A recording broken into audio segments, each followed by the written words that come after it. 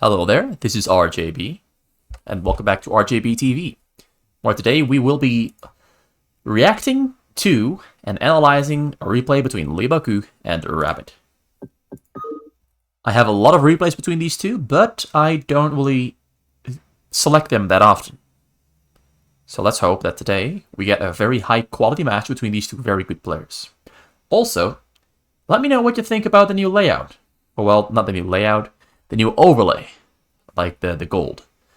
The golden color. I kind of like it. It's a little bit more vibrant and lively than what I previously had. But let me know if you like it or not. Maybe it is a downgrade, or is it an upgrade from the previous colors that I used for RJB TV. So we've got a Rabbit on the yellow Zerg. We've got George Brown, who is actually a Leebokgu. Now, Leebokgu has had some, let's say, disappointing performances in most of the recent replays that I've been selecting. So I really hope that he has, an outstanding performance this time around. I really like and enjoy the games where Leebokgu has great, stellar, top-tier performances, because he really brings his A-game. He really brings very high-quality games when he is performing well. On the opposite end, though, on the opposite side, when he doesn't perform too well, when nothing seems to connect, the games kind of become a little bit boring. Which is not what's going to happen here, because he's going for a very quick bunker rush. He's trying to go for a fast mech build order, very much like what Golton Kong was doing in some recent replays, where he goes for an 8 racks in the choke, and then goes for gas back home. I think this is a build order Golton Kong invented. Maybe it was Kangtae 1 that invented it. But it's kind of like a semi-cheese. You cheese with the bunker rush to throw the Zerg off guard, to disrupt their gameplay, to disrupt their plan. And then you go for mech. Although he's going for the mech all the way here on the other side of the map. Right, the Marine there goes down. He is not building the Sunkens in the choke yet. He's going to use Zerglings to defend because he sees this barrack there in the front. He sees the wall with the Overlord. So he knows that Leebokgu is going for mech. And because he knows Leebokgu is going for mech, he is not building Sunkens. Instead, he's using his drones to mine minerals and to get more gas. He is really going to delay that Sunken in a choke by so ridiculously much time that he's at least trying to really boost up his economy, his hatchery count, and he's trying to get a head start over Leebokgu. Leebokgu here forced to be on the defensive for now, has a lot of minerals in the bank that he's not using at the moment. Both players are really playing very relaxed. It's kind of unusual for both players to play this relaxed, only about 200 APM, when both players are capable of close to 300 or past 300. Rabbit is one of those players who really likes to play very relaxed. Going for a very fast Hydralisk then, because Hydralisks are the counter to a fast mech build order. Not in all situations, of course. If the Terran is playing very defensive, then it is kind of trying to headbutt your head into a wall kind of scenario. But because Leebokgu is playing a mixture between aggressive by cheesing his vulture, his factory here into Rabbit's base, the defensive side of it is not quite the case. So there's a real chance here for Rabbit to really get something going. Leebokgu here, though, now finally coming in with his vultures there to kill some drones, and Rabbit isn't really quite prepared for this one. He's pulling his drones off the minerals, trying to catch those vultures off guard, but the vultures are being microed quite well there by Leebokgu. He gets quite an amount of drone kills there. I only see 3, 4, maybe 5 gonna be coming in as well. Drones are now winning the fight there, though, but there's number 5. 5 drone kills so far. Might get number 6 or number 7 as well. One Hydralisk has spawned, and more Hydralisks are spawning as well to clean up those vultures. But the vultures are getting stuck in between those drones, and they do go down without actually getting many more results. But I think 7 or 8 drones in total is a huge win for Leebokgu there. That situation went very well for Leebokgu, but now he has to pull the factory out of the base very quickly or risk losing it. Now we already have raids on the map. This is really something very cheesy. It starts off cheesily, But I really like the transition into raids here because it's strong against overlords, and the overlords don't have speed at the moment, and the hydras don't have speed either. Oh well, the hydras got speed. But the hydras are going to be running around, chasing those raids. And raids aren't that strong against hydras, but the raids are fast, and they can get some kills here and there. But Rabbit is prepared. He's got the Evo chamber there, so a spore there in the back is on the way. He's going to put his overlords on top of the spore and keep his overlords safe. So the raids there, well, he had a small window of time to really get a lot of abuse out of them, which he is. He's getting some nice abuse out of those overlords. The overlords are, yeah, that's overlord kill number 3. He might get number 4 here on the bottom side as well, as long as he finds it, of course. Hydras are still chasing down that factory. Factory is slowly losing HP, but that one will stay alive. I believe. I might have believed wrong, because that factory is scarily low. So more raids are coming out. He just keeps on making raids. I kind of like this game. I didn't expect to see this diversity. This is very different from usual, so I kind of like this. This is fresh stuff. Back to there though, on the side. SCV is on the way, trying to save its life. He's trying his hardest to keep it alive. The SCV might arrive soon. It's not. Actually, it's an SCV trying to get into the base, so it's not going to repair the factory. Factory's going to go burn down. And the raids are still on the hunt. Rabbit, in the meantime, though, has added on 2 more hatcheries, has a lair, has more upgrades for his hydras on the way. He's not yet going for the counterattack because he simply can't go for the counterattack. He needs overlord speed to fight against those raids, because now the raids are just simply mowing down the hydras, which don't have any support for overlords to detect. So even though this build order from Leebokgu is very strange, it is working for now. He's getting richer back at home, adding on factories, command center, and armories as well. He's getting upgrades, he's getting raids, he's getting all kinds of stuff that he needs, getting siege mode as well. He is preparing himself for the post 10-minute game, and he's trying to get there faster than Rabbit can. He's trying to get there as fast as he can.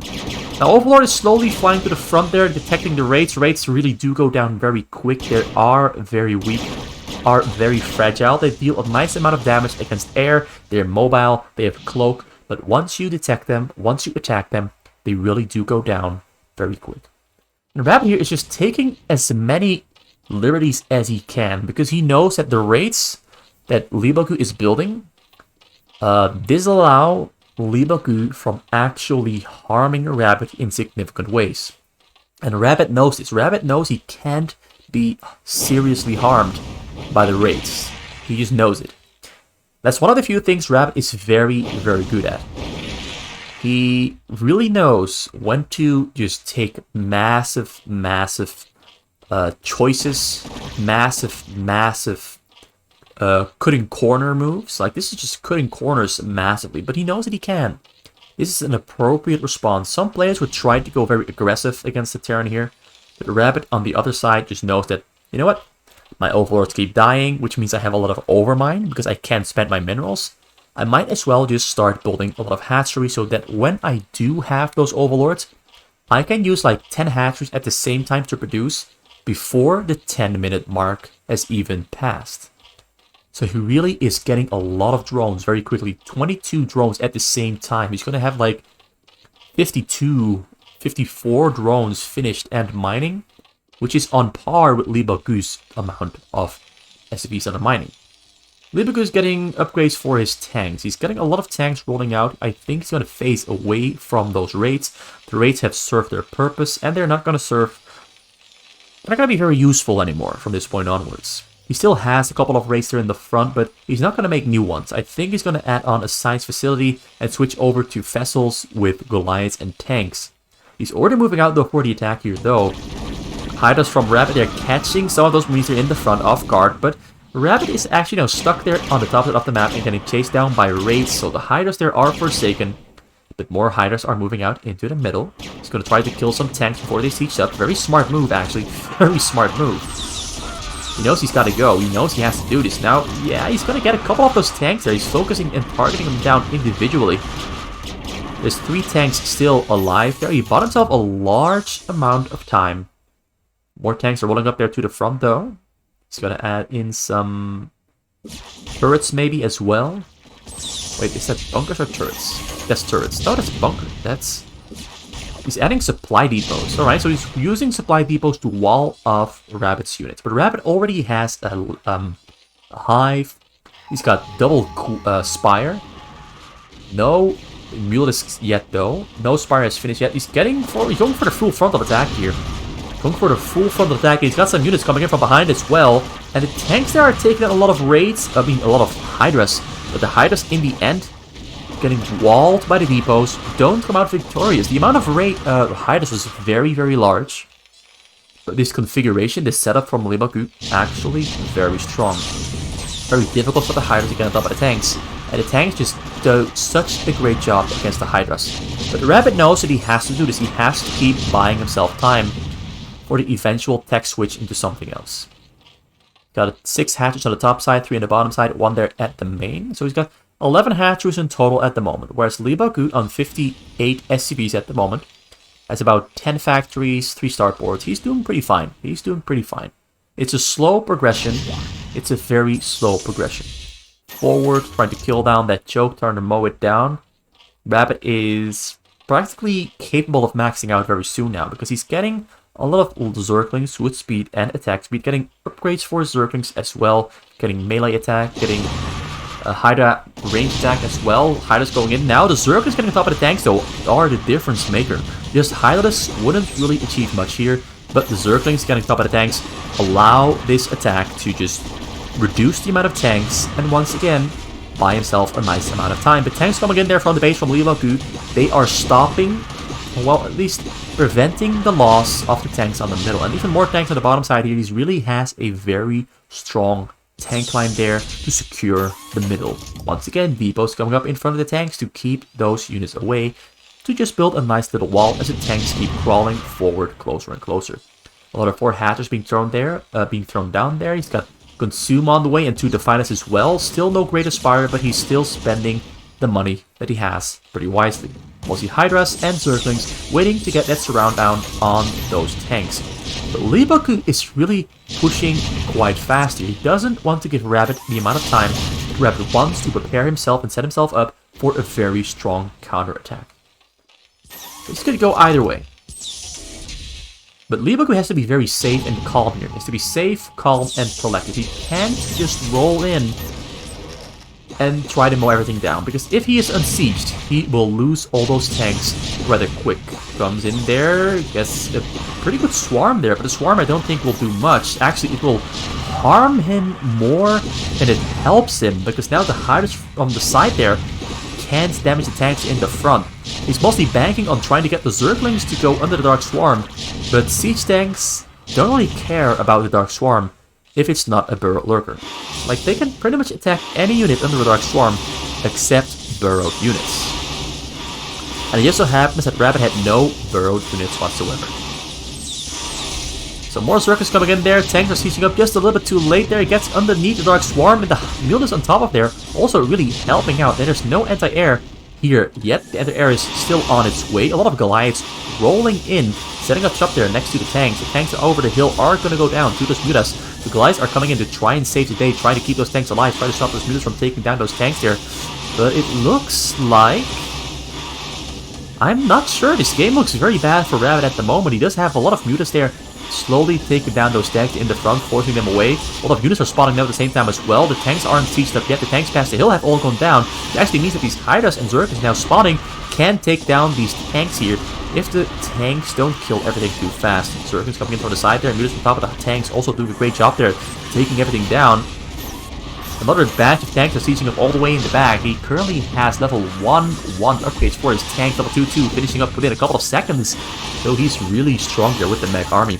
Whereas Rabbit, currently on 100 supply, is kind of hurting. He's kind of having a bad time. Although Lurkers are on the way, he's got the fighters on the way as well. Once those Lurkers can set up shop here on the bottom ridge here, he's going to have a really good time fighting against Leebokgu. But Leebokgu is in for some Overlord abuse. He's coming in with the Valkyries to take down some Overlords and get Rabbit supply blocks. So this game is, as I said before, it's looking really ugly for Rabbit. It's looking really ugly for Rabbit. Oh, now we've got the Lurkers finished up. He's getting consumed there. He's gonna throw down some Dark Swarms. He's gonna be fast because he's targeting down the Defilers. He gets the Dark Swarm down there in the front. On the side next to his tech, but the Valkyries are taking down all the air units that there are. Took down 2 Guardians as well. More Hiders are spawning there on the backside of the base. Leebokgu is looking very strong. He's got a very strong tank line here, protected by Goliaths and the Valkyries. The tank line is going to stay alive. But if those lurkers can burrow up close enough to the tanks, you can clear out all the tanks in the blink of an eye. He's getting some Dark Swarms down there in the front. He's getting really good Dark Swarms down there in the front. But only gets lurkers down in the in the right section of the Dark Swarms. Not in the left section. So the left section of tanks there is still pretty safe. But everything here in the choke point is getting denied and getting taken down.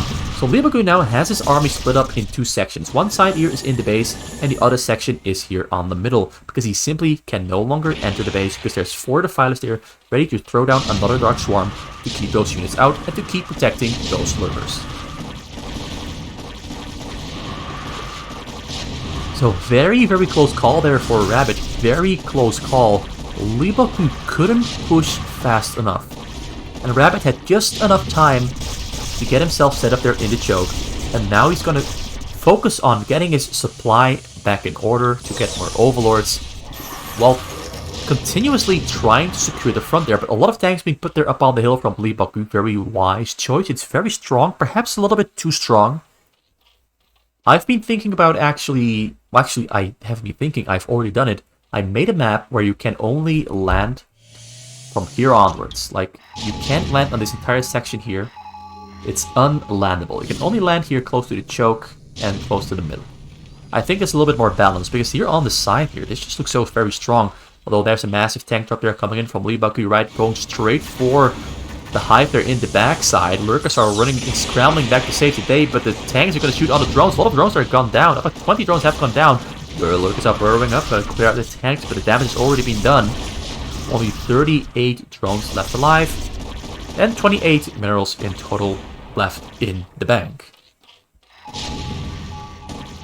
Leebokgu is on fire here, and Rabbit is having a really, really, really tough time keeping up. He really did a great job early on with getting himself a massive, massive economic advantage, but I don't think it was enough. Maybe he tried to cut the corner a little bit too much, and it took him a little bit too much time to get his units out on the map. It took him just a little bit too much time. He went for a couple too many hatcheries before advancing his tech. And now as a result, Leebokgu is here very strong and in very, very strong condition. With a very strong perimeter setup all around Rabbit's base, and the game is looking quite grim for Rabbit. I've said it many times before this time already, but the game is indeed looking very grim. Lurkers are burrowing up just in time. They're on the side to kill those tanks there, but I do think that the Defiler then might, well, mount, Defiler mount might survive, but it barely does, but it still survives nonetheless. Got lurkers here on the side trying to take down those tanks up on the hill. So somehow Rabbit is hanging on. Somehow Rabbit is hanging in there. Barely though, but he's hanging in there with a very small economy. The question is, can he afford to build some drones, or would building drones here cost him too much army supply that he could have built instead? He's got Lurker Swarm set up everywhere on the sides of his base, trying to keep himself alive.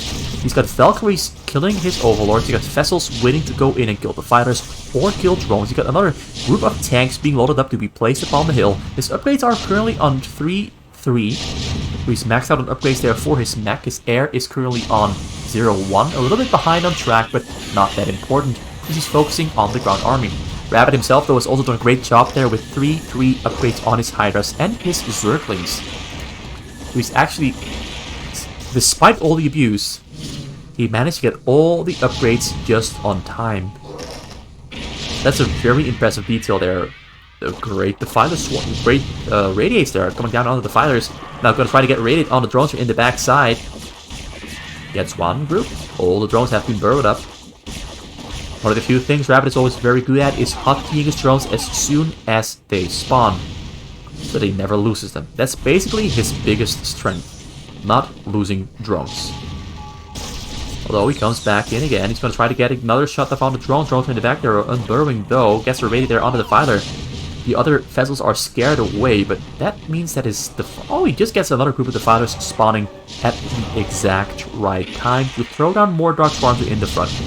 But the lurkers on the side here though got taken down. He's forced to keep his Dark Swarms up on 3 separate locations.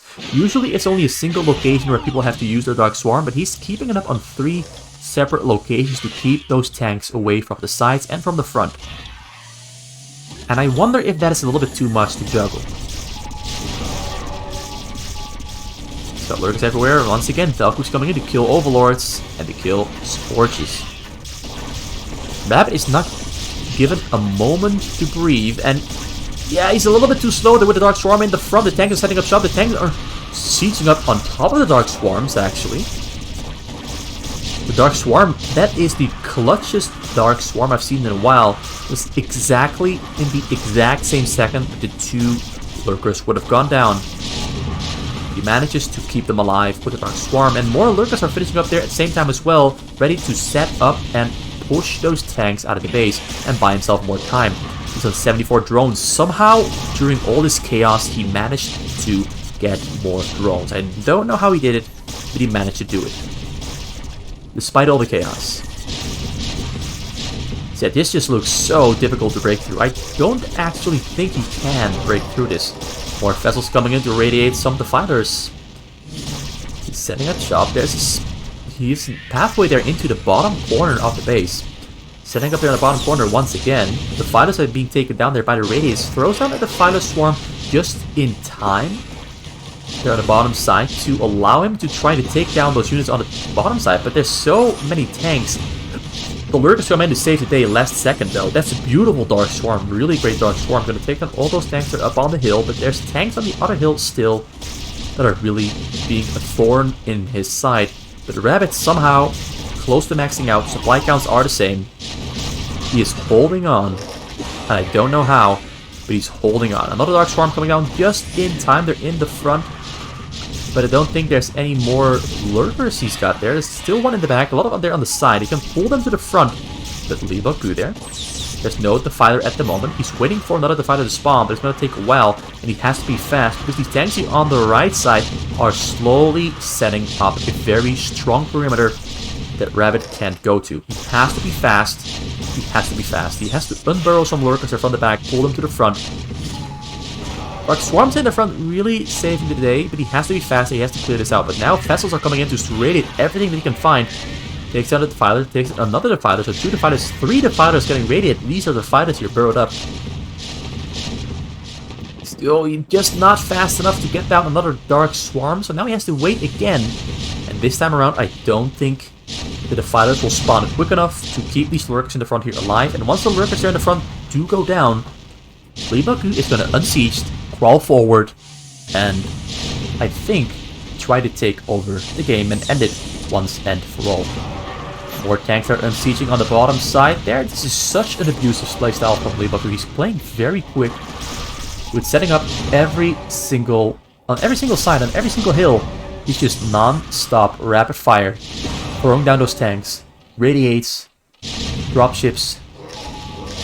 This is just heartbreaking to watch. This just looks like the perfect Terran against Zerg from Leebokgu here. Radiate on the drones, just quick enough to burrow them. But all the Defilers already got radiated to death. The Defiler's getting radiated to death every single time, and this time around I just think there are too many tanks for Rabbit to deal with. There's like 20 tanks on the left side, 20 tanks on the right side. Well, maybe not 20, maybe closer to 30 in total. 15, but yeah, this looks devastating. He's gonna lose his tech here on the bottom side as well. Gonna lose his spires. The vessel's coming in once again. And yeah, Rabbit knows it's over.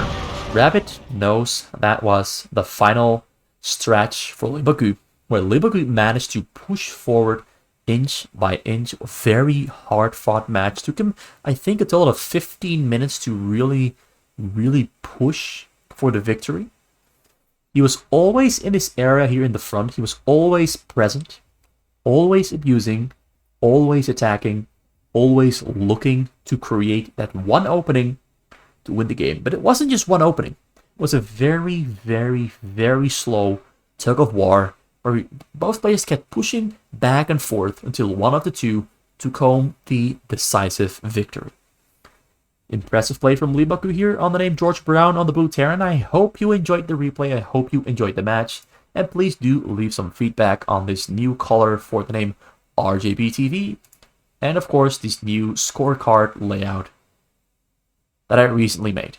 I hope it is to your liking, and I also hope you didn't mind that I didn't turn on the music for this video, just had the game sounds there, because some people don't like the music, and I just wanted to, at least, once again, try out a game without the music, up until the end. There it is. The music is back. Well, now it is. There it is. So goodbye. Have a good day.